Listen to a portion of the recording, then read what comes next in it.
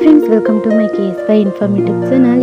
ಯಾರಾದರೂ ನನ್ನ ಚಾನಲ್ನ ಸಬ್ಸ್ಕ್ರೈಬ್ ಮಾಡದೆ ನೋಡ್ತಾ ಇದ್ದರೆ ಪ್ಲೀಸ್ ಒಂದು ಸಬ್ಸ್ಕ್ರೈಬ್ ಮಾಡ್ಕೊಳ್ಳಿ. ಮನೆಗೆ ಯಾರಾದರೂ ನೆಂಟರು ಬಂದಾಗ ಅಥವಾ ಹಬ್ಬ ಹರಿದಿನಗಳಲ್ಲಿ ಈ ಥರ ಸ್ಪೆಷಲ್ ಹೋಳಿಗೆ ರೆಸಿಪಿನ ನೀವು ಮನೆಯಲ್ಲೇ ಟ್ರೈ ಮಾಡ್ಬೋದು.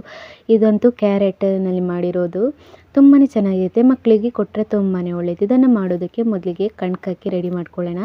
1.5 ಕಪ್ ಆಗುವಷ್ಟು ಮೈದಾ ಹಿಟ್ಟು, ಹಾಗೆ 1-2 ಸ್ಪೂನ್ ಆಗುವಷ್ಟು ಎಣ್ಣೆ, ಹಾಗೆ ನೀರು ಹಾಕಿ ನೀಟಾಗಿ ಅದನ್ನು ಮಿಕ್ಸ್ ಮಾಡಿಬಿಟ್ಟು ಈ ಥರ ಕಲಿಸ್ಕೊಂಡು ಎಣ್ಣೆ ಹಾಕ್ತಾ ಕಲಿಸ್ಕೊಂಡು ಎತ್ತಿಟ್ಕೊಂಡ್ಬಿಡಬೇಕು.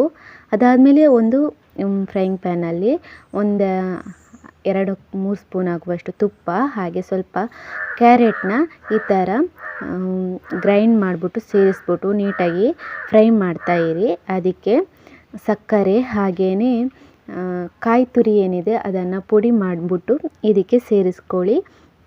ಅದಾದಮೇಲೆ ಇದಕ್ಕೆ 1/2 ಕಪ್ ಆಗುವಷ್ಟು ಚಿರೋಟಿ ರವಾನ ಸೇರಿಸ್ಕೊಂಡು ನೀಟಾಗಿ ಮಿಕ್ಸ್ ಮಾಡ್ಕೊಳ್ಳಿ. ಎಲ್ಲನೂ ಚೆನ್ನಾಗಿ ನೀಟಾಗಿ ಮಿಕ್ಸ್ ಮಾಡ್ಕೊಳ್ಳಿ. ಅದಾದಮೇಲೆ ಈ ಥರ ಒಂದು ದೊಡ್ಡದಾಗಿ ಲಡ್ಡು ಥರ ಉಂಡೆ ಮಾಡಿಕೊಂಡು ಎತ್ತಿಟ್ಕೊಂಬಿಡಿ.